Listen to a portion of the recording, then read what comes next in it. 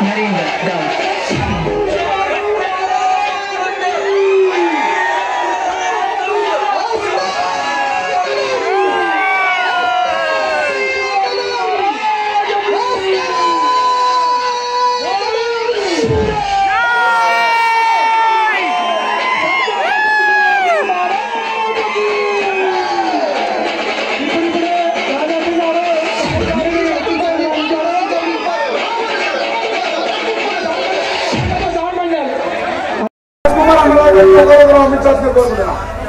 రాజ్ కుమార్ అన్న అంటే మన కుటుంబ సభ్యుడే.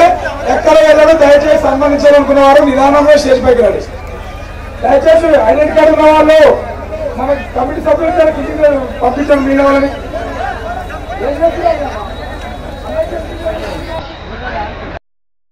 like, share, subscribe.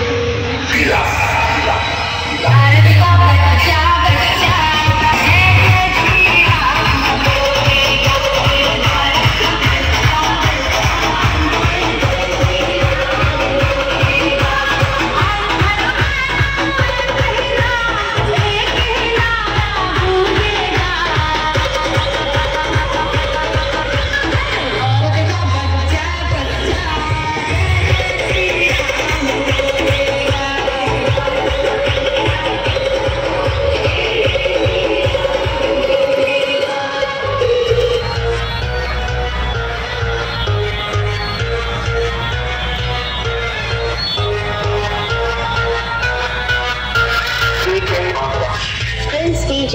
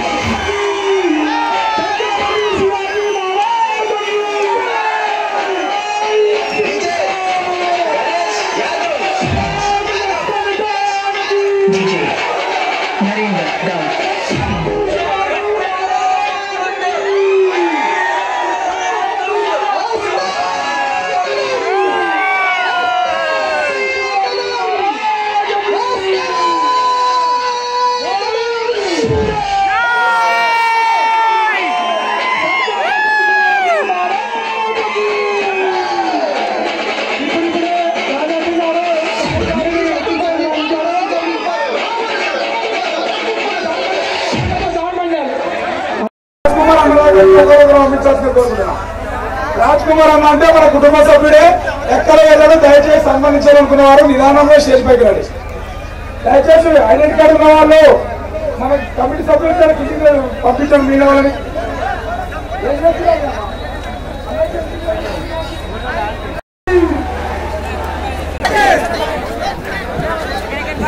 మళ్ళీ సాయి కుమార్, పావన్ కే నరేష్ దయచేసి దగ్గర ఉన్న వాళ్ళు వేదిక పైకి వచ్చి తొందరగా సన్మానం చేయాలి. సమాచార అవకాశం ఉంది వల్ల తొందరగా రావాల్సిందిగా కోరుకుంటున్నా.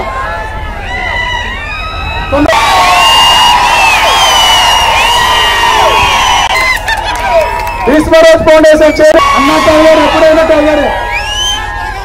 టైగర్ సింగల్ ఉన్నప్పుడు పోరాడింది, ఇప్పుడున్న పోరాడుతుంది. అది ఎవరు చెప్పాల్సిన అవసరం లేదు. అన్నా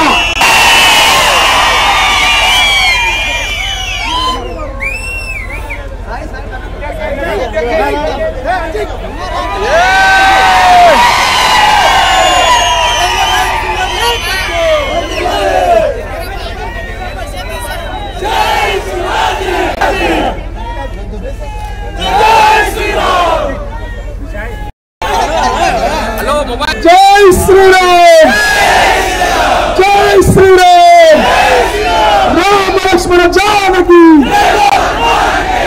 జై భవానీ. స్వాగతం, సుస్వాగతం సోదరులారా.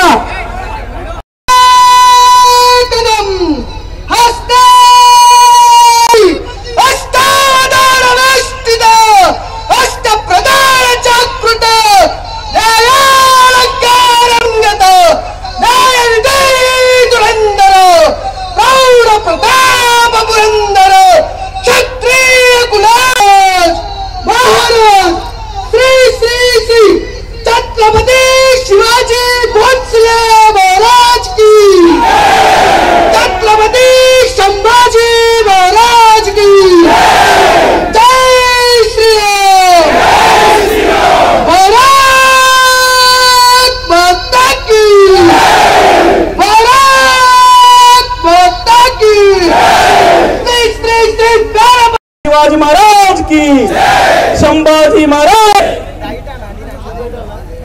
సోదరులారా, కర్ణాటకకి తీసేసినట్టు 4 కిలోమీటర్ల దూరంలో ఉంటుంది అంతే. అంటే తెలంగాణకు ఒక మూల.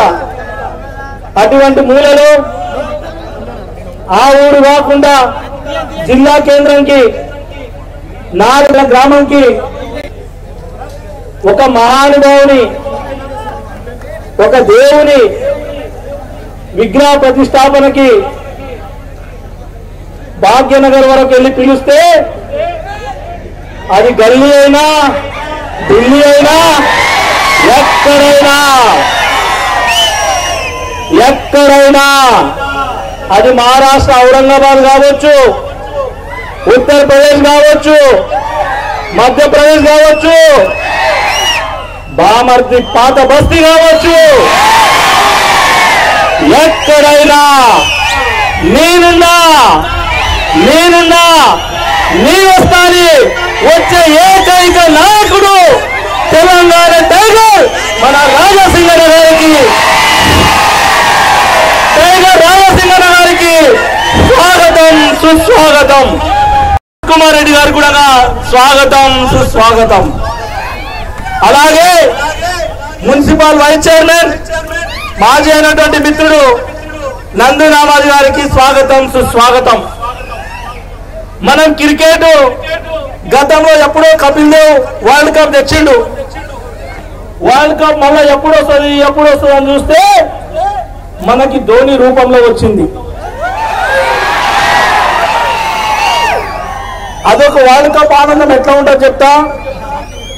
ఆ రోజు ధోని ఏ విధంగా అయితే ఇంకా 2 డౌన్లు లేట్ ఉన్నా కూడా వికెట్లు పడిపోతుంటే ముందే దిగి మన ఇండియాకు వరల్డ్ కప్ ఎట్లా అందించిందో, ఈ రోజు ఈ విగ్రహం కొరకి అందరికంటే ముందే దిగి మిత్రుడు సాయి గారు, అంజీ గారు కూడా దిగి ఈ రోజు వరల్డ్ కప్ అందించినట్టుగా మనకి ఈరోజు విగ్రహదాతలు అయింది. పేరపల్లకి నేను దాదాపు అనుకుంటే 100 సార్లు వచ్చింటా. ఎప్పుడు ఇంత జాతర ఉంటదంటే కేవలం మన గజలమవ్వ జాతర ఉన్నప్పుడు మాత్రమే ఈ పేరపల్లలు ఇట్లుంటది. ఈ రోజు మల్లొక్క జాతర అయిందంటే ఆ రోజు గజలమావ జాతర, ఈ రోజు శివాజీ జాతర. కాబట్టి మనం ఇది 26వ తారీఖుని మన పేరపల్లలో మర్చిపోని దినం. ఇక శివాజీ గురించి అంటారా, హనుమంతుని ముందర కుప్పిగంతులు వేసినట్టయితుంది.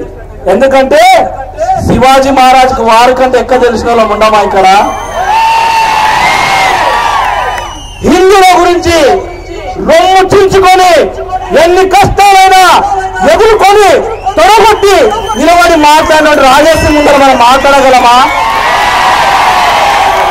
పార్టీలన్నీ ఏకమైనా, కొంతమంది కొన్ని మతాలు ఏకమైనా చెక్కుపోని ధైర్యంతో, ఎన్ని ఫోన్ కాల్స్ వచ్చినా బెదిరిన ధైర్యంతో నన్ను బెదిరిస్తారా అని 2 వీలర్ మీద పాత బస్సులో సవాల్ ఇస్తున్న నాయకుడు మన రాజాసింగ్. అటువంటి రాజాసింగ్ ఈ రోజు మన జిల్లాలో మన పేరపల్లిలో కాలు పెట్టడం మనందరం అదృష్టంగా భావించాలి. తీర్థం ఉత్తగా పోస్తే కాదు, శంఖంలో పోస్తేనే తీర్థం అవుతుంది. కాబట్టి శివాజీ మహారాజ్ గురించి అయినా, సంభాజీ మహారాజ్ గురించి అయినా ఆ టైగర్ నోటకి వింటేనే మనందరికీ శివాజీ యొక్క గొప్పతనము మనందరికీ తెలుస్తుంది. అన్నగారు, ఇది ఫస్ట్ టైం వచ్చినావు, మాకింగా మీకు రావడం మొదలు పెడతారు. తెల్లగైతే మీ వద్ద భాగ్యనగర్గా పిల్లలు వచ్చిండ్రు అంటే యావుడు అంటే సార్ మా నారాయణపేట జిల్లా సార్ మా వద్ద విగ్రహం కూడా అంటారు. అంటారా రాజాసింగ్ అన్నకి సొంత ఊరు హైదరాబాదు భాగ్యనగర్ అయితే తన తెలిసిన ఊరు యాదంటే నారాయణపేట అనే విధంగా నువ్వు రావడం మొదలవుతుంది. మా యువకులు వినరు, మీరు రారంటే వినరు. అవసరం అనుకుంటే మా ఊరు నిరాహార దీక్ష చేసేనా నేను తెప్పించుకుంటానని కూడా మనం వేసుకుంటున్నాను. కాబట్టి మా యువకులు ఎప్పుడు వచ్చినా మీ పాదాలకు నమస్కరించి కోరుకుంటున్నా. నారాయణపేట నుండి ఎప్పుడు వచ్చినా కూడా మీరు వాళ్ళని సాదరంగా ఆహ్వానించి ఖచ్చితంగా వాళ్ళతోటి ఫోటో అన్నా విగ్రహం కొరకన్నా కూడా వచ్చి వాళ్ళందరినీ కూడా హిందూ ఒక జాగృతిని చైతన్యం చేసే విధంగా ఎల్లవేళలా కూడా మీరు మాకు అందరూ కూడా అండగా ఉండాలని టైగర్ రాజాసింగ్ గారిని కోరుకుంటున్నాను. అన్న చాలాసేపు అయితే వచ్చి టౌన్ లో కూడా 1 కిలోమీటర్ పైన ర్యాలీ చేయడం జరిగింది. మరి అక్కడి నుండి ఇక్కడికైనా కూడా సాధారణంగా ఓపికతోటి ఎంతమంది చేయలిచ్చే వాళ్ళు కూడా చేయడం జరిగింది. కాబట్టి వారి యొక్క అమృత వాక్యాలను, ఛత్రపతి శివాజీ మహారాజ్ గురించి వారి నోట వినాలని ఈ అవకాశం ఇచ్చినటువంటి పేరపల్ల గ్రామ యువకులకి, పెద్దలకి, మహిళలకి, అలాగే మరీ ముఖ్యంగా సాయి గారికి, అంజీ గారికి, బసవరాజ్ గారికి అందరికి కూడా వేదికపై నుండి ధన్యవాదాలు తెలియజేస్తూ ముగిస్తున్నాను. జై హింద్, జై భారత్, జై శివాజీ. రామ లక్ష్మణ జానకి, రామ లక్ష్మణ జానకి. టైగర్ రాజాసింగ్ అన్న గారి నాయకత్వం.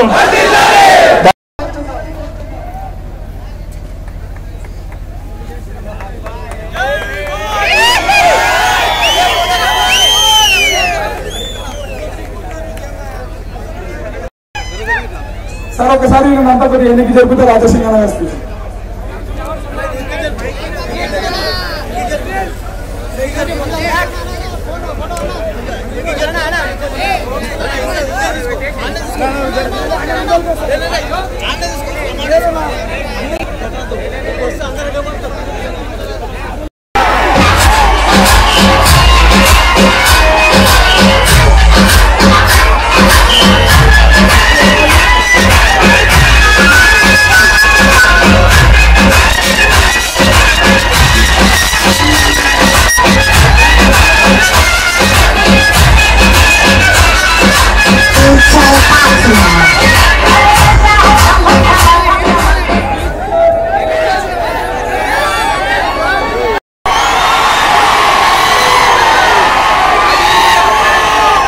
बोलो भारत माता की, भारत माता की जय श्री राम, जय श्री राम, जय श्री राम।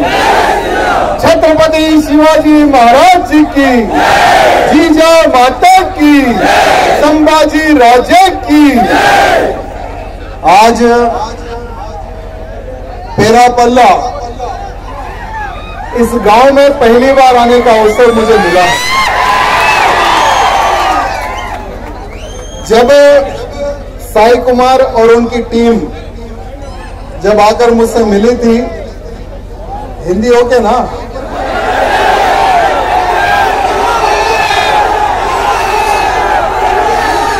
ఇప్పుడు హిందీ అంటే పర్ఫెక్ట్ మాట్లాడతా, తెలుగు అంటే అటు ఇటు వెళ్తుంది మళ్ళా.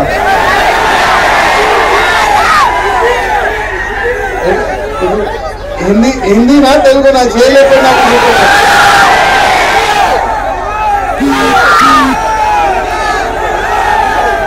మిక్సీ చేద్దాం.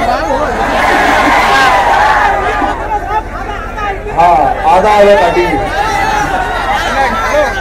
ఇప్పుడు మన సాయి కుమార్ వాళ్ళ టీము విగ్రహ ఆవిష్కరణకి మీరు రావాలని వాళ్ళు వచ్చి కలిసినారు.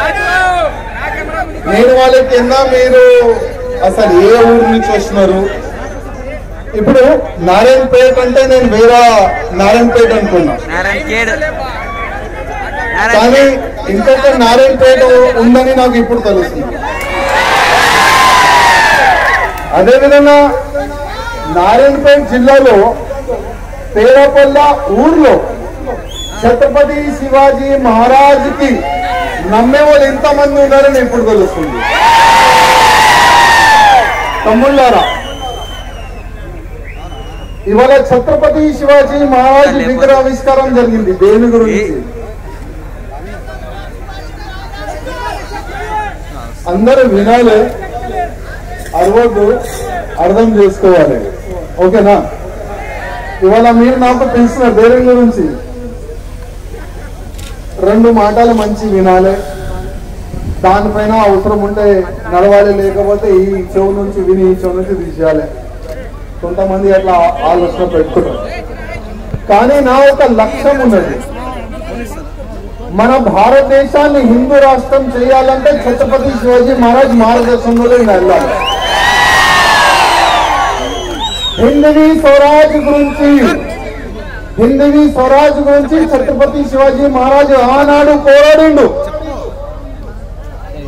అందుకోసం ఇవాళ యావత్ భారతదేశంలో హిందువులు ఉన్నారంటే ఆయన వల్లనే. లేకపోతే ఒక మాట అంటారు ఛత్రపతి శివాజీ మహారాజ్ గురించి చాలా మంది ఈ కవియోడు, काशी की कला जाती मथुरा मस्जिदों की, अगर शिवाजी ना होते तो हर हिंदू की सुन्नत हो. ఒకవేళ ఆ సమయంలో ఛత్రపతి శివాజీ మహారాజ్ లేకపోతే ఆ ఔరంగజేబ్ సైనికులు ప్రతి ఒక్క హిందూని పట్టుకొని కన్వర్షన్ చేసేది.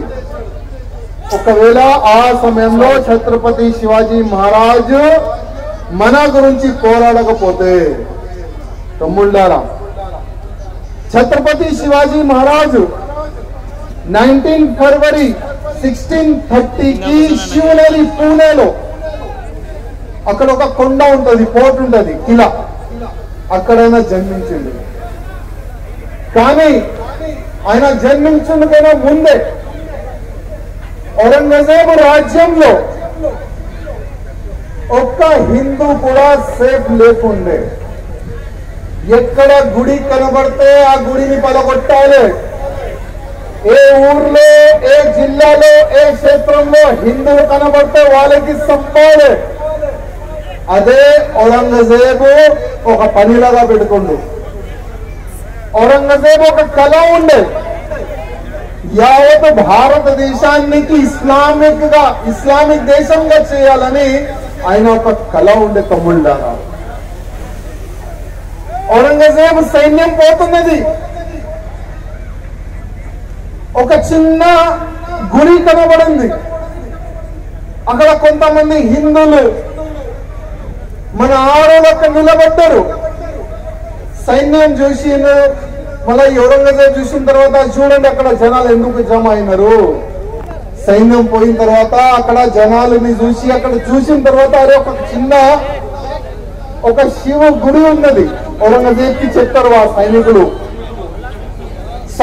చెప్పిన తర్వాత ఔరంగజేబ్ ఆదేశం ఇస్తారు మనము చాలా వరకు గుళ్ళని మన పలగొట్టి మసీద్ని కట్టాం కదా ఈ గుడి ఎట్లా మిగిలింది దాన్ని కూడా డిమాలిష్ చేయండి కానీ డిమాలిష్ చేసే ముందు ఆ లింగం పైన మూత్రం వేయాలి ఆ లింగం పైన ఆవు మాంసం వేయాలి అక్కడనే ఒక ఆవుని కట్ చేసిన తర్వాతనే ఆ లింగం ని మొత్తం ధ్వంసం చేయాలని ఆదేశం ఇస్తాడు ఔరంగజేబు సైన్యం పోయిన తర్వాత ఆ గుడికి అపవిత్రం చేస్తారు ఆ గుడి ఆ లింగం పైన ఆవు మాంసం వేస్తారు ఒక చిన్న పాప అక్కడనే ఒక ప్లేట్ లో కొన్ని పూలు ఒక కొబ్బరికాయ పట్టుకొని ఆ గుడికి పూజనికి పోయి చూస్తుంది ఆ చిన్న పాప ఏడుస్తుంది ఆ చిన్న పాప అందరికి చూస్తుంది ఇట్లా అందరు ఇట్లా తల వంచి నిలబడతారు ఎందుకంటే తల పైకి చేస్తే తల కట్ చేసేది అట్లాంటి ఆదేశం ఆ సమయంలో ఉండే చిన్న పాప ఏడుస్తుంది అందరిని చూస్తుంది ఎవరు ఏమంటలేరు అందరి ముందు ఆ లింగాన్ని ధ్వంసం చేసి ఆవు మాంసం వేస్తారు మొత్తం ఆ గుడిని మొత్తం డిమాలిష్ చేస్తారు అప్పుడే ఆ ఒక చిన్న పాప ఒక సంకల్పం తీసుకుంటుంది నా పెళ్లి అయిన తర్వాత నాకు పుట్టే బిడ్డనే ఈ ఔరంగజేబుకి సమాధి కడతారని ఆ చిన్న పాప ఆ చిన్న పాప ఎవరంటే జీజా మాత ఇప్పుడు మనం పూజ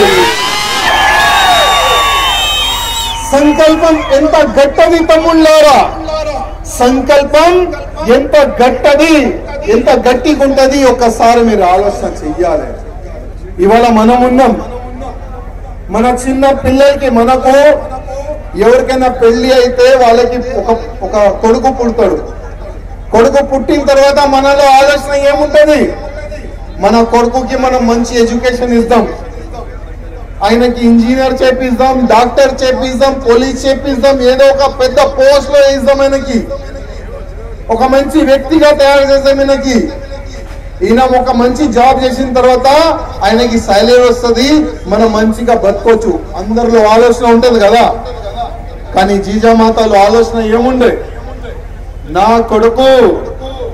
నా కొడుకుకి నేను అన్ని గ్రంథాలు నేర్పిస్తా రామాయణం నేర్పిస్తా యుద్ధ కళ నేర్పిస్తా చిన్నప్పటి నుంచే ఛత్రపతి శివాజీ మహారాజ్ కి జీజామాత ఒక యోధుడుగా ఆయనకి తయారు చేసింది జీజామాత అందుకోసం ఇవాళ మనం హిందూ ఉన్నామంటే ఆ జీజామాత వల్లనే ఆ ఛత్రపతి శివాజీ మహారాజ్ వల్ల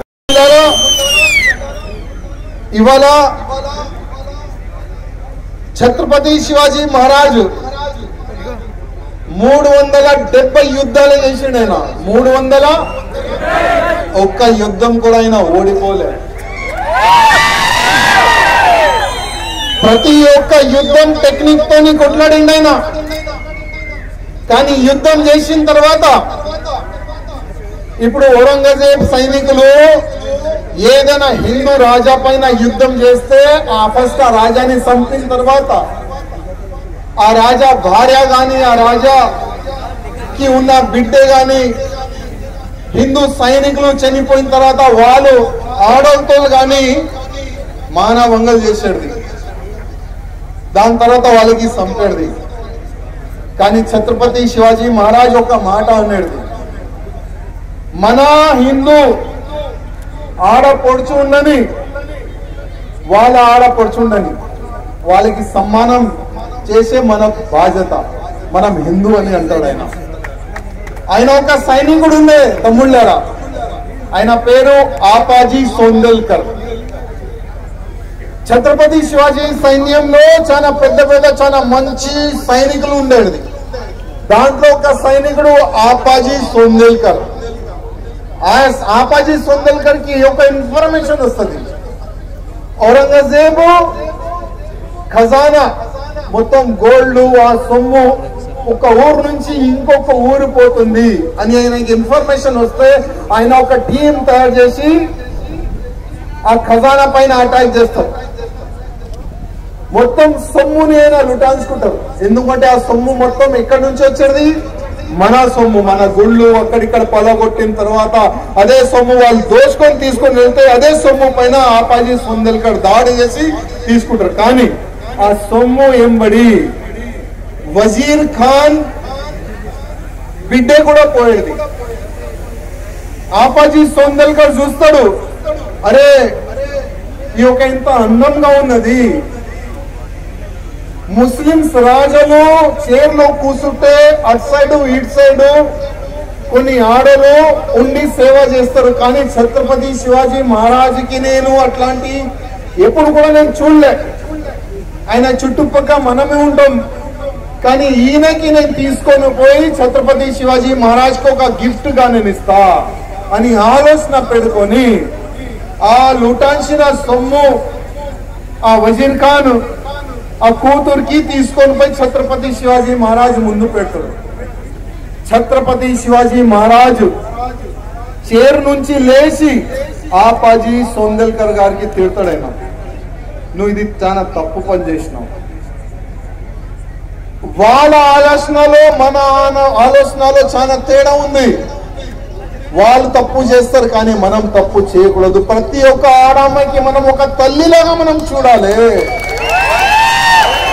అట్లాంటి ఆలోచన ఛత్రపతి శివాజీ మహారాజ్ కి ఉన్నది. మరి అప్పుడు ఛత్రపతి శివాజీ మహారాజు చైర్ నుంచి కింద దిగి దండం పెట్టి ఆ వజీర్ ఖాన్ కూతురికి ఏం చెప్తాడు తెలుసా? అమ్మా, మా సైనికులు కొంత తప్పైంది, చెప్పండి మీరు ఎక్కడ వెళ్తారు, మీకు మా సైనికులతోని మొత్తం సేఫ్ గా మేము పంపిస్తాం, ఎక్కడ వెళ్ళాలి చెప్పండి, మేము అక్కడ పంపిస్తాం. మీరు చాలా అందంగా మీరు ఉన్నారు, ఒకవేళ నా అమ్మ మీలాగా అందం ఉంటే నేను ఇంకా ఇంత అందంగా ఉండేది. అట్లాంటి మాటలు చెప్పి కొన్ని సొమ్ము కొన్ని బట్టలు ఇచ్చి ఛత్రపతి శివాజీ మహారాజు ఆమెకి పంపిస్తారు. ఇది మన హిందూ రాజ్యాల్లో ఉన్న కళ. అదే వజీర్ ఖాన్ గురించి చెప్తే చాలా పెద్ద హిస్టరీ ఉన్న తమ్ముళ్ళారా. అదే వజీర్ ఖాన్ గురు గోవింద్ సింగ్ కి 4 కొడుకులు ఉండే. అదే వజీర్ ఖాన్ గురు గోవింద్ సింగ్ కి 4 కొడుకుల్లో 2 కొడుకులకి సమాధి చేస్తాడు ఆయన, 2 కొడుకులకి యుద్ధంలో చంపుతాడైనా. అట్లాంటి వజీర్ ఖాన్ కూతురు ఛత్రపతి శివాజీ మహారాజ్ కు దొరికితే ఎంత సమ్మానంతో ఎంత మర్యాదతో పంపిస్తారు ఒకసారి మీరందరూ ఆలోచించాలి తమ్ముళ్ళారా. ఛత్రపతి శివాజీ మహారాజు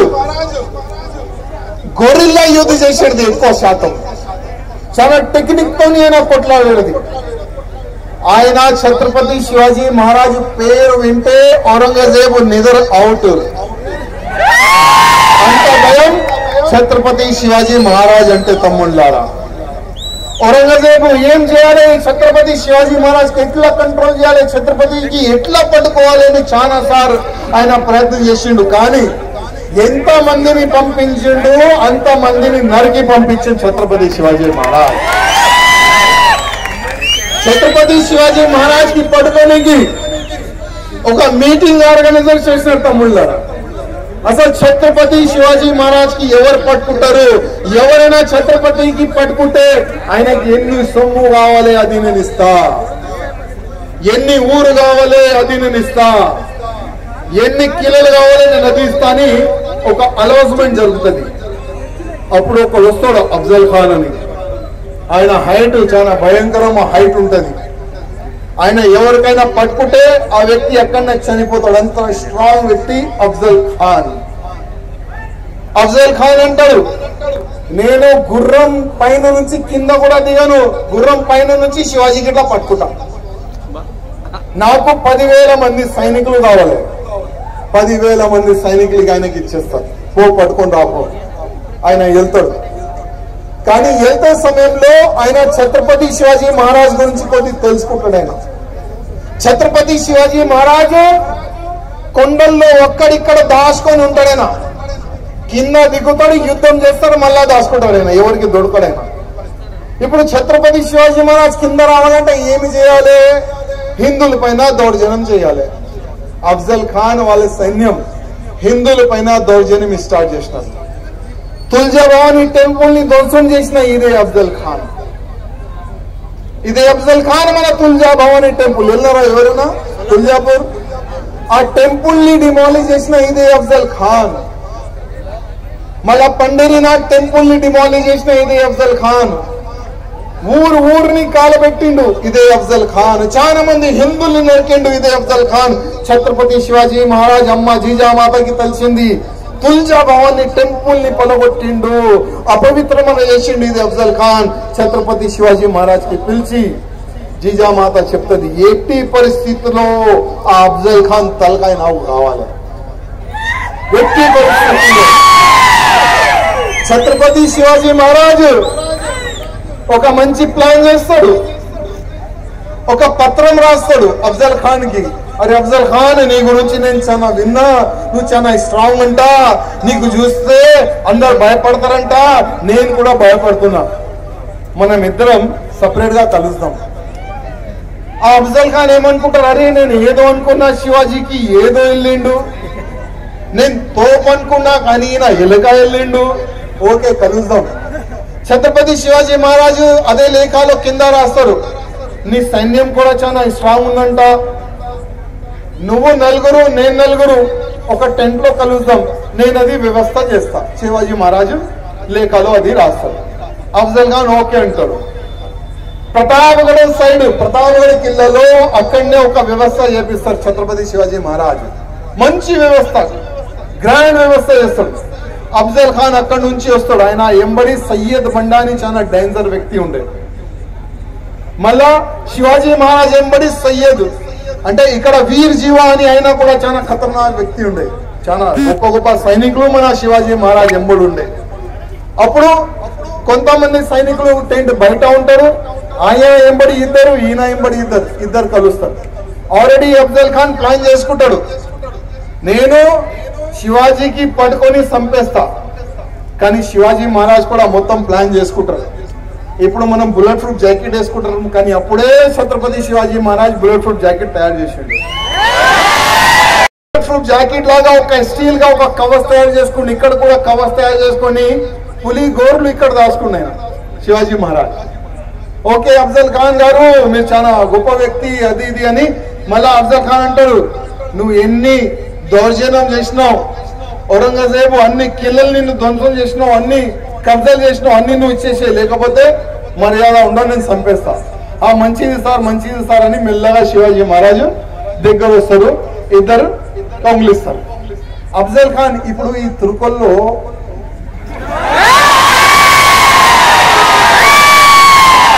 ఒక అలవాటు ఉండదు. అలవాటు వెనుక నుంచి పోర్చే అలవాటు ఈ లంజగొడుగులు.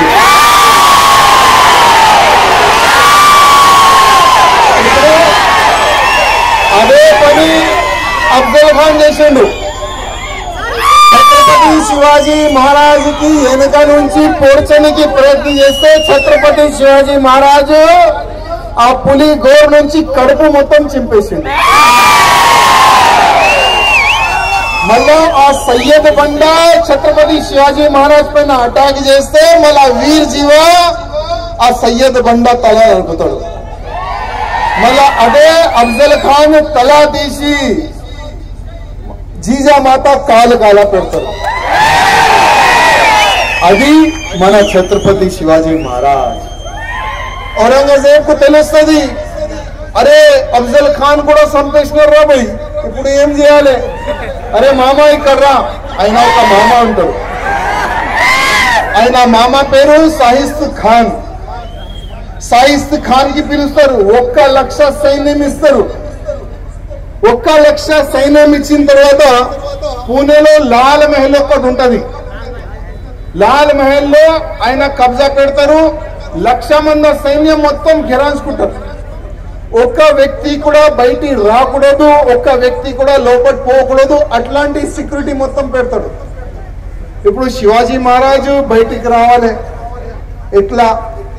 అదే అఫ్జల్ ఖాన్ యాంగిల్లో పోతాడు. ఆయన అదే హిందువులపైన దౌర్జన్యం. మళ్ళా శివాజీ మహారాజు దాదాపు 3 years ఆ కబ్జా పెట్టుకుంటాడైనా సైస్త్ ఖాన్ 3 years వరకు. శివాజీ మహారాజు ఒక ప్లాన్ చేస్తారు, ఇది కాదురా ఈయన పని చేస్తాను, ఒక ప్లాన్ చేస్తాడు, ఒక ఉత్తరం ఈయన కూడా రాస్తాడు. శివాజీ మహారాజ్ పేరు పైన ఉత్తరం ఉండదు, వేరే ఒక నార్మల్ వ్యక్తి ఉత్తరం రాస్తారు. సారు ఒక పెళ్లి ఉన్నది, ఆ పోర్టు కింద నుంచేనే దారి ఉన్నది, వేరే ఊరు వెళ్ళాలి, మేము ఆ మొత్తం బరాత్ తీసుకొని వెళ్ళాలి, మీరు పర్మిషన్ ఏంటంటే వాళ్ళు నార్మల్ పర్సన్ కదా ఇచ్చేస్తారు. గ్రాండ్ గా బరాత్, ఆ గుర్రంలో కత్తి, ఆ స్వీట్ బాక్సెస్ ఉంటే దాంట్లో కత్తి, అన్ని కత్తిలు పెట్టుకొని తీసుకొని వెళ్తారు. ఫుల్ బ్యాండ్ ఉంటుంది అప్పుడు, అది అప్పుడు ఇంత పెద్ద పెద్ద బ్యాండ్ ఉండేది, ఇప్పుడు ఇట్లా కొట్టేది. ఆ డోర్ కాడ పోయి బాగా సౌండ్ చేస్తారు. వెనుక నుంచి శివాజీ మహారాజ్ సైనికులు శివాజీ మహారాజ్ ఆ గోడకి హోల్ కొడతారు. సౌండ్ రాకుండా అని ఏం చేస్తారు, మొత్తం బ్యాండ్ కొడతారు, అది సౌండ్ రాదు. ఆ గోడ ఎట్లా ఐడెంటిఫై చేస్తారంటే ఎక్కడ సాయిస్తా ఖాన్ పండుకుంటారు కదా దాని కిందనే పొక్క కొడతారు. ఆ హోల్ చేసిన తర్వాత లోపల నుంచి శివాజీ మహారాజ్ వాళ్ళ సైన్యం మెల్లగా పైకి వెళ్తుంది, ఆయన డోర్ లోపల వెళ్తుంది, ఆయన పండుకుంటారు మస్తు. అరే సాయిస్తా ఖాన్ శివాజీ శివాజీ శివాజీ అంటున్నావు కదరా, నేను వచ్చినారా చెప్పు. ఆయన లేచి అరే అరే ఏమైంది, ఇది శివాజీ ఎట్లా వచ్చిండు, నేనేం చేయాలని ఉరుకుతాడు. ఆయన ఉరికి ఉరికి ఉరికి ఒక లేడీస్ రూమ్ ఉంటుంది, దాంట్లో పోయి దాచుకుంటారు. ఆయన ఇప్పుడు లేడీస్ రూమ్ లో పోయిన తర్వాత ఒక బుర్కా వేసుకుంటారు. ఇవాళ కొంతమంది మనకు ఛాలెంజ్ చేస్తారు, భారతదేశాన్ని ఇట్లా చేస్తాం, భారతదేశాన్ని ఇట్లా చేస్తామని కొంతమంది ఛాలెంజ్ చేస్తారు. కానీ వాళ్ళకి తెలియదు ఛత్రపతి శివాజీ మహారాజ్ బిడ్డలు ఇంతమంది ఉన్నారని. మీరు భయపడి సాలాగాలు బురక వేసుకున్నారు. మీరు ఇప్పుడు మీరు మాతో కొట్లాడతారా? మా రక్తం శివాజీ రక్తం. అప్పుడే మీ పూర్వకులు బురకా వేసుకొని దాచుకున్నారు మా భయంకి. సాయిస్తా ఖాన్ దాచుకున్న తర్వాత శివాజీ మహారాజ్ చూస్తాడు, ఎందుకంటే లేడీస్ అంటే చాలా రెస్పెక్ట్ శివాజీ మహారాజ్కి. అరే ఇది ఏంది లేడీస్ రూమ్ లో వచ్చేసిన, అసలు మీరు ఎవరు అడుగుతారు శివాజీ మహారాజ్, దాంట్లో ఎవరు మాట్లాడతారు, భయపడతారు అందరు. ఈయన బురుకా వేసుకున్న తర్వాత ఈయనకి అడుగుతారు, ఏ నువ్వు ఎవరు రా భయ్, అసలు ఏంది మీరు ఎవరు? ఆయన మాట్లాడతారు, నేను సాయిస్తా ఖాన్ ఫస్ట్ భార్య, అంటే ఆయనకు 10-15 భార్యలు ఉండేవి. నేను సాయిస్తా ఖాన్ ఫస్ట్ భార్య అంటే గొంతు గుర్తుపడతారు, అచ్చా బిడ్డ బురకా వేసుకున్నావా?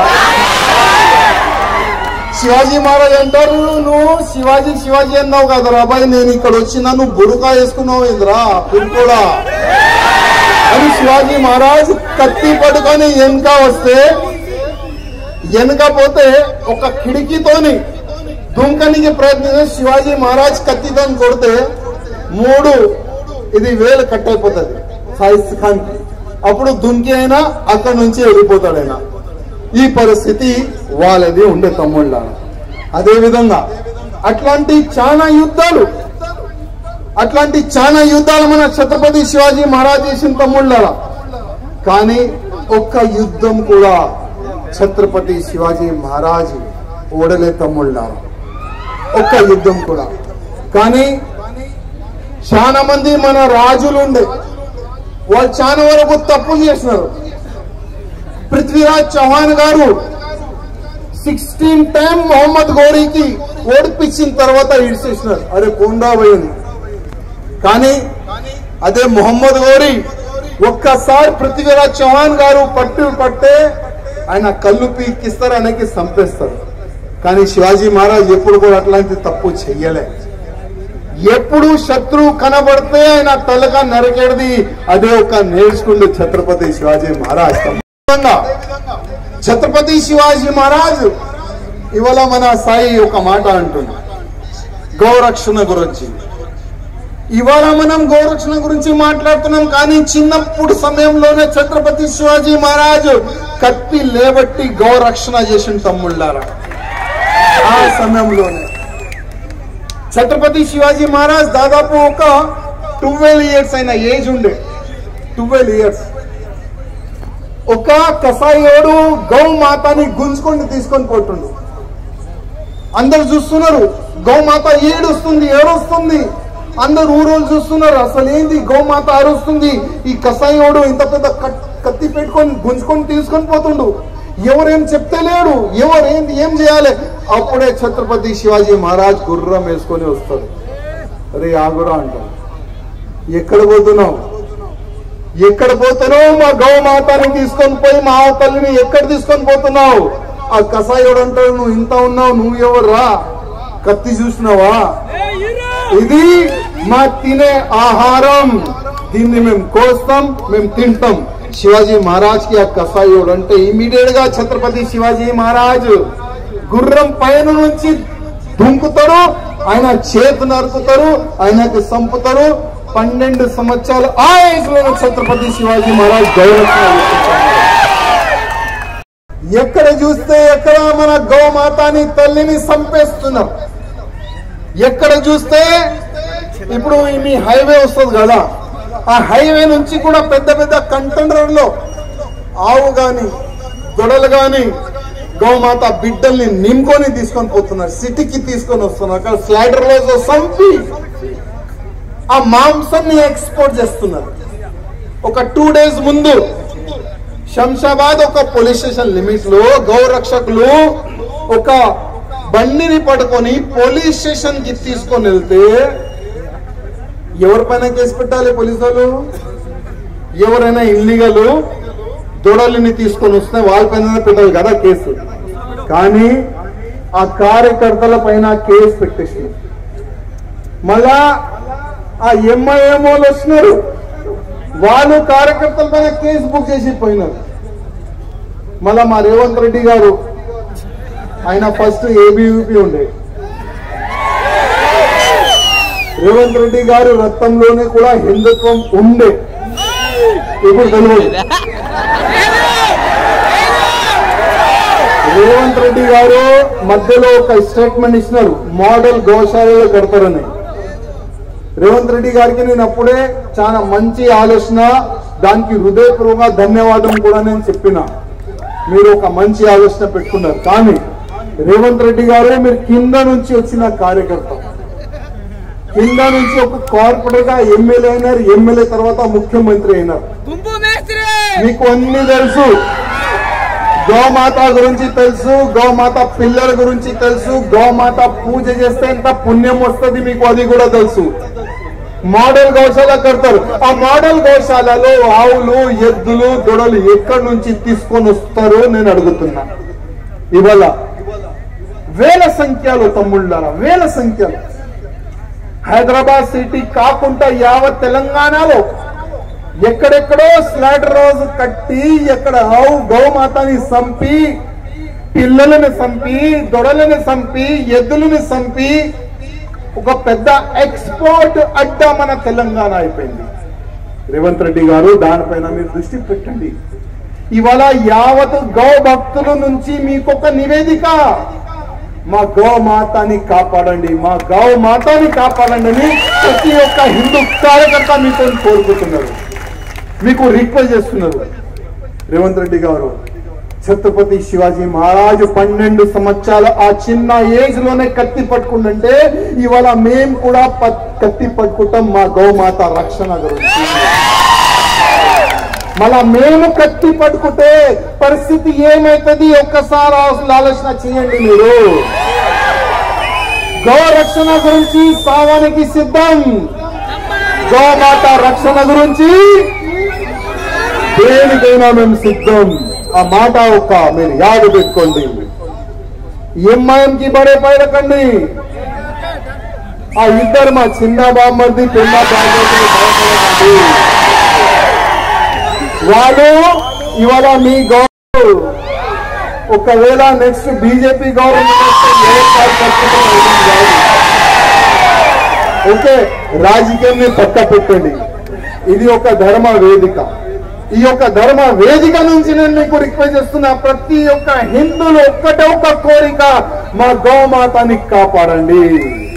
ఇదే మా కోరిక, అందరి కోరిక కదా, అదే కోరిక కదా. ఇవాళ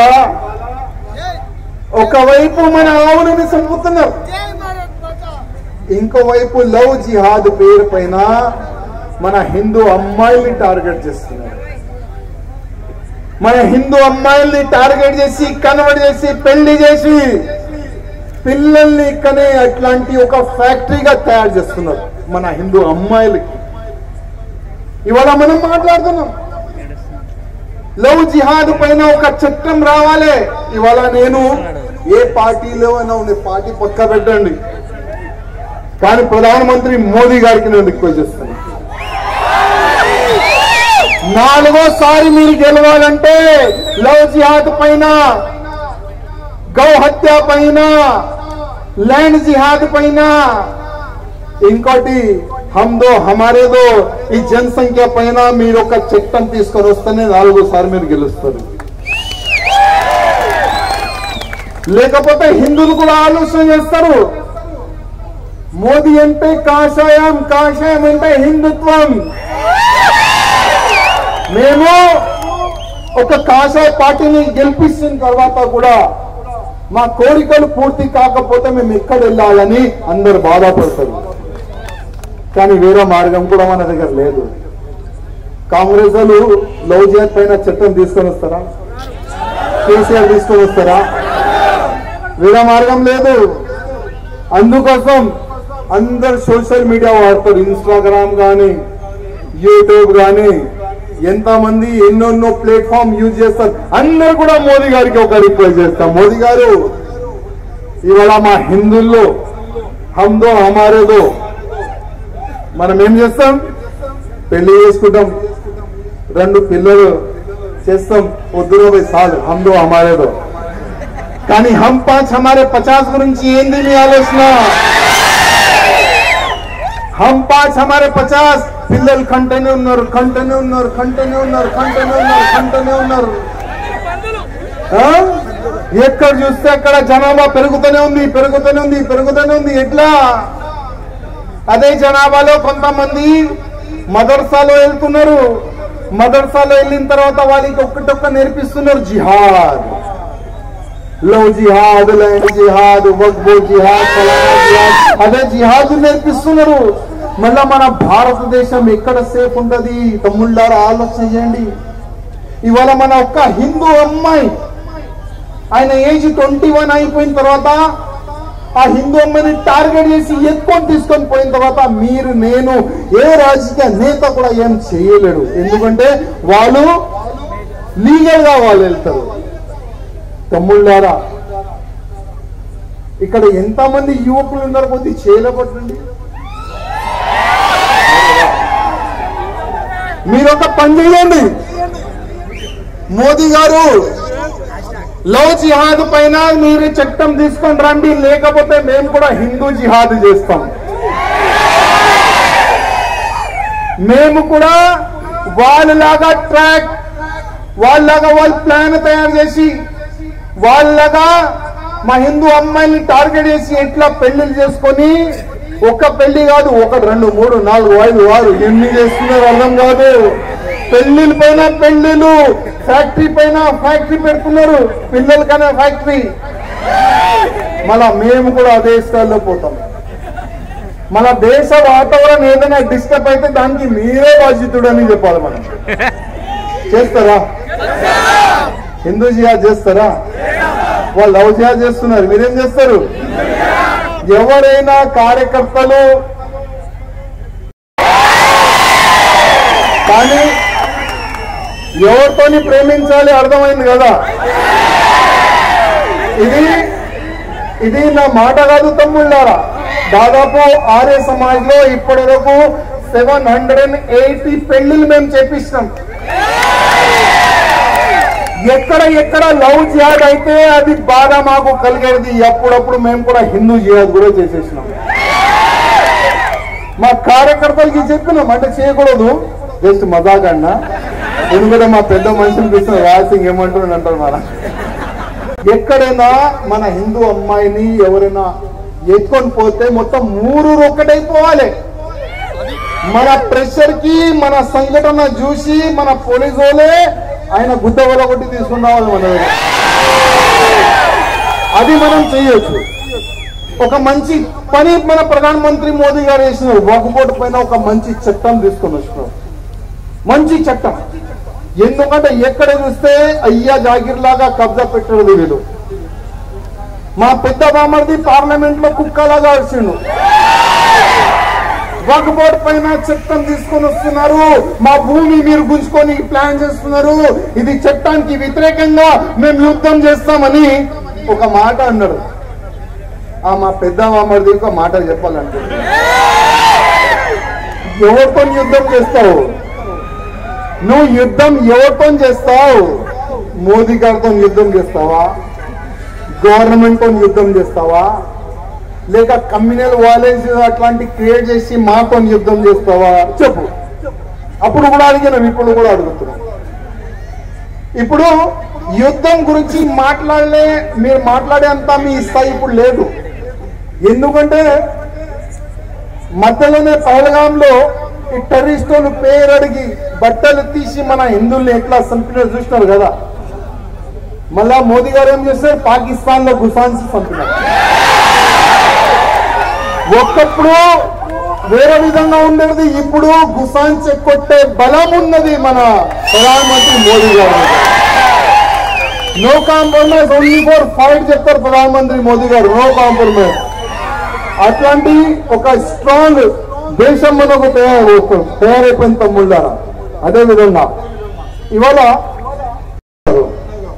కమలేష్ తివారీ అని ఒక మంచి హిందూ కార్యకర్త, అదేవిధంగా ఇంకొక కార్యకర్త ఉండే, ఆయన పేరు తిరంగా యాత్ర అయిన తీసిండు చందన్ గుప్తా.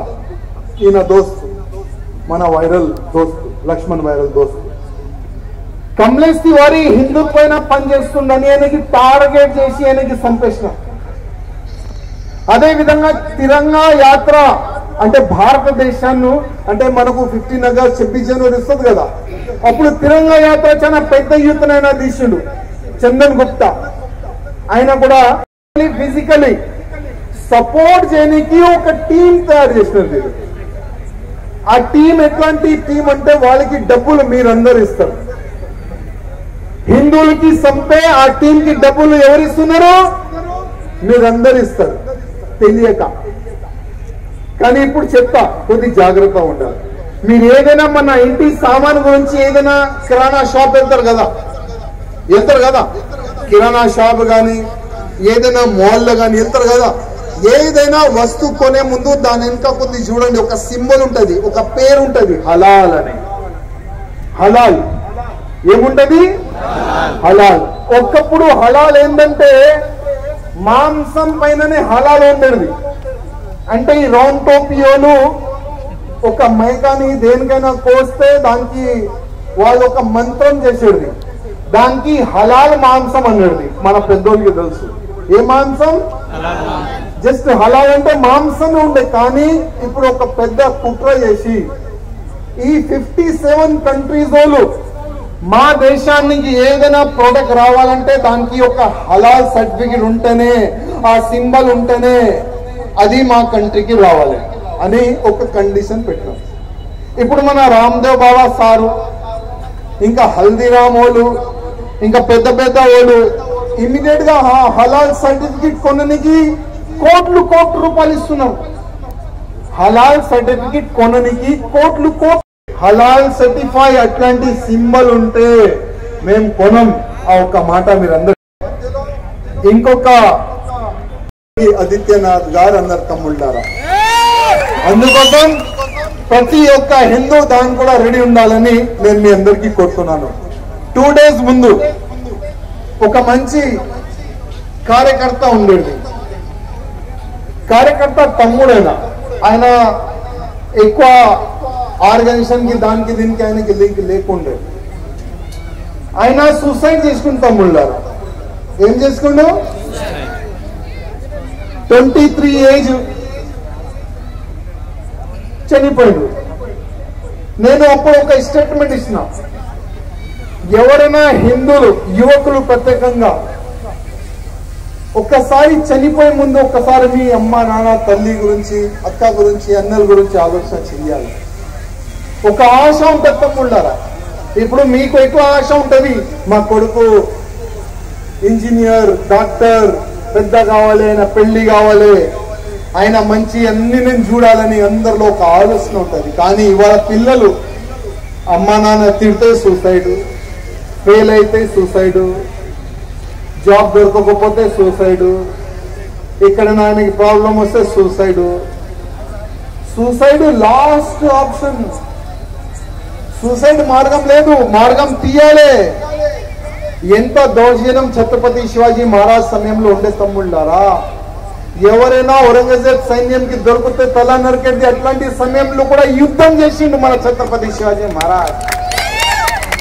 కానీ ఇవాళ ప్రతి ఒక్క యువకులకి రిక్వెస్ట్ చేస్తున్నా, సావాలంటే మాతో కలవండి, ఒక మంచి చావు మీకు ఇస్తాం.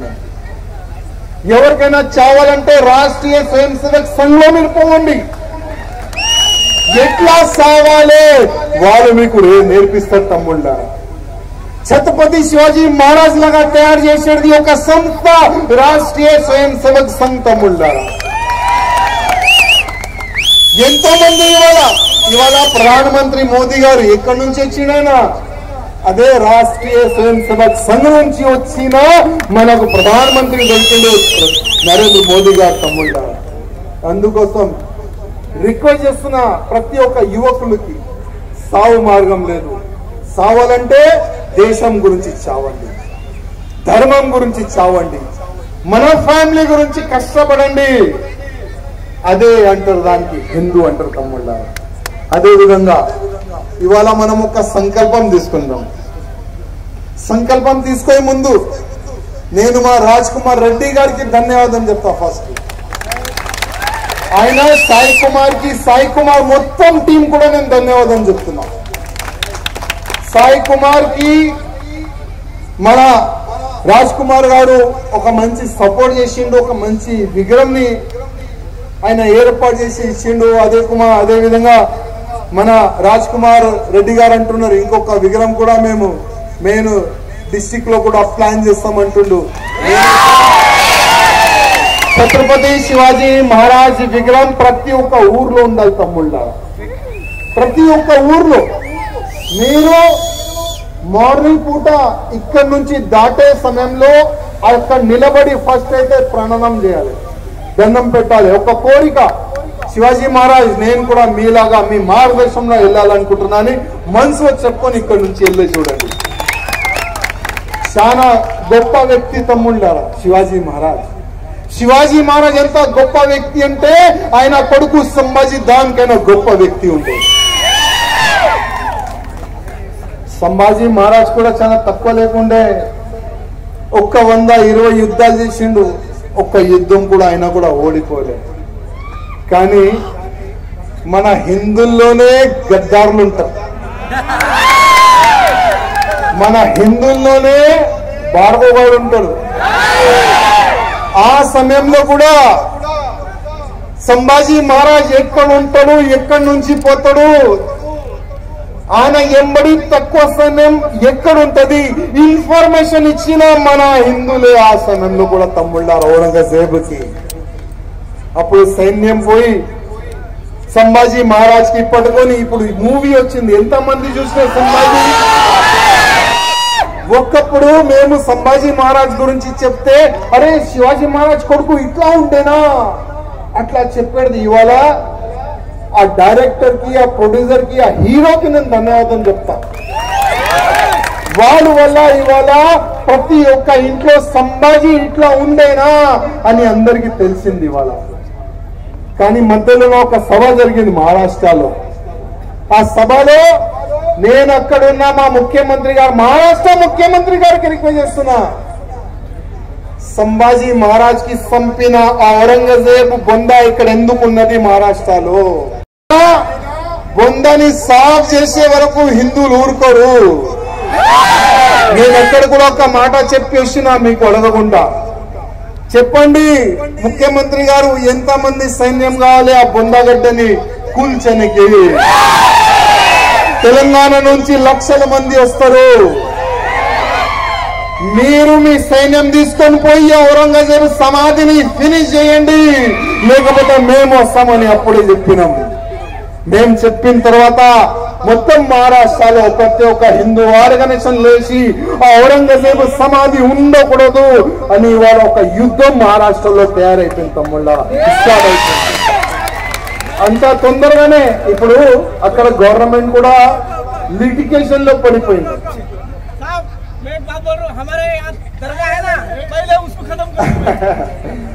అక్కడ గవర్నమెంట్ అయోమయంలో పడిపోయింది. తమ్ముళ్ళారా, నెక్స్ట్ ఎలక్షన్ కైనా ముందే మహారాష్ట్రలో నెక్స్ట్ ఎలక్షన్ కైనా ముందే ఒకవేళ ఔరంగజేబు సమాధి తీయకపోతే గవర్నమెంట్ రామ్ రామ్ సత్య అయిపోతుంది. చూడండి, ఇది నేను చెప్పిన మాటలు కాదు తమ్ముళ్ళారా.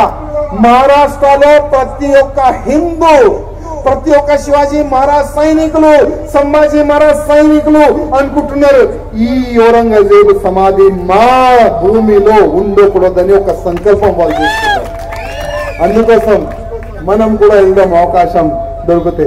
అదేవిధంగా మా సత్య యాదవ్ గారు జిల్లా అధ్యక్ష వారికి నేను ఫోన్ చేసిన, ఇట్లా కార్యక్రమం చేయడానికి మీ జిల్లా నుంచి ఆ ఊరు నుంచి పిల్లలు వచ్చినారు, కార్యక్రమం ఇయ్యొచ్చా అడిగితే మా యాదవ్ గారు అన్నారు, లే సాయి కుమార్ చాలా మంచి వ్యక్తి, ఆయన టీం కూడా చాలా మంచి వ్యక్తి.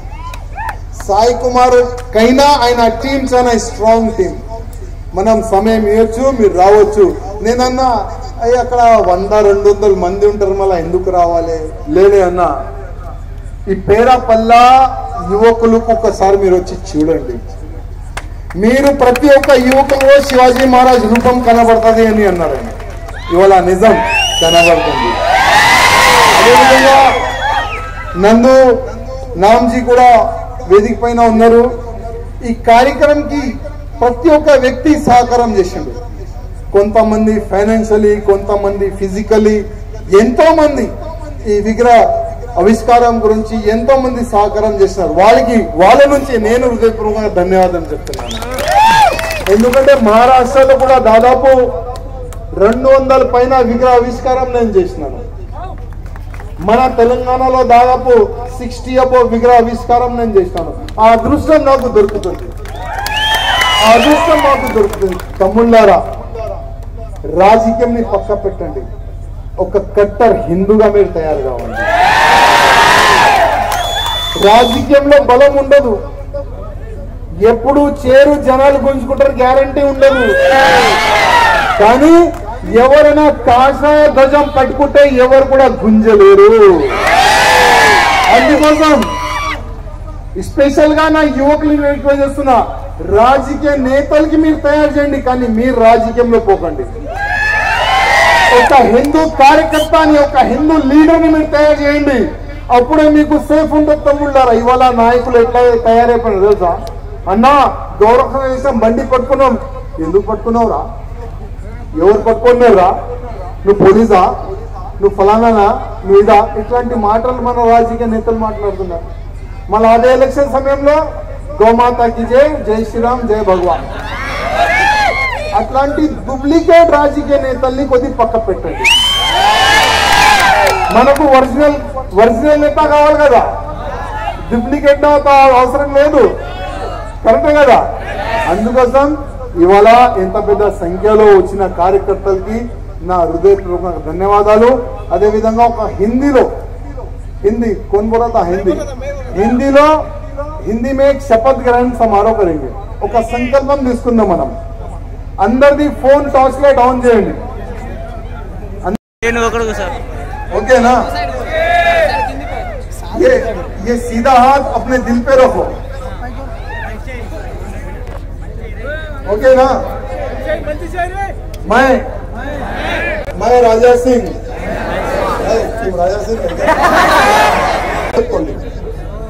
मैं राजा सिंह जब तक जीवित रहूंगा देश धर्म समाज की रक्षा के लिए कार्य करते रहूंगा. जीवित रहूंगा, मेरे परिवार की रक्षा करता रहूंगा। मैं जब तक जीवित रहूंगा गौ हत्या के खिलाफ, हिंदू धर्म के खिलाफ में अगर कोई बात तो मैं उनको जवाब देते रहूंगा। छत्रपति शिवाजी महाराज को साक्षी मानकर आज मैं यहाँ सौगंध लेता हूँ, मैं जातिवाद में नहीं बटूंगा, मैं शराब का सेवन नहीं करूंगा, सिगरेट गुटखे का सेवन नहीं करूंगा, जिम या अखाड़ा जाकर अपने आप को इतना मजबूत करूंगा, आने वाले समय में हिंदू राष्ट्र की रक्षा के लिए चाहे मुझे युद्ध क्यों ना करना पड़े, मैं युद्ध कर रहूंगा। शिवाजी महाराज को साक्षी मान मैं यहाँ प्रतिज्ञा लेता हूँ। भारत माता की जय श्री राम, जय श्री राम, जय श्री राम, जय श्री राम। बहुत बहुत धन्यवाद कार्यकर्ताओं को। రాజ్కుమార్ అన్న అంటే మన కుటుంబ సభ్యుడే, ఎక్కడ వెళ్ళాలో దయచేసి సన్మానించాలనుకున్న వారు నిదానంగా స్టేజ్ పైకి రండి. దయచేసి ఐడెంటిటీ కార్డు ఉన్న వాళ్ళు మన కమిటీ సభ్యులు కింద పంపించండి. మీ వాళ్ళని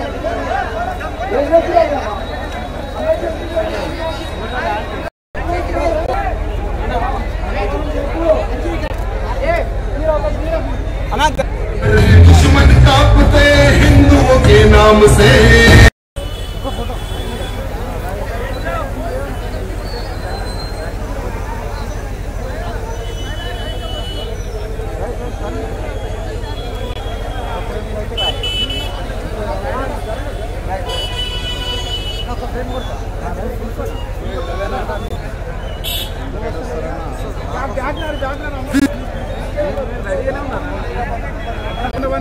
అందరూ వస్తలేరు.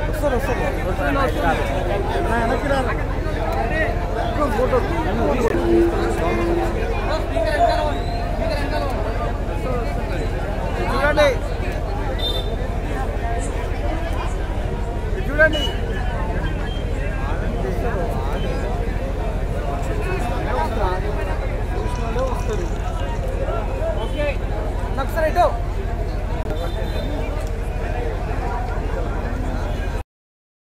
Like, share, subscribe.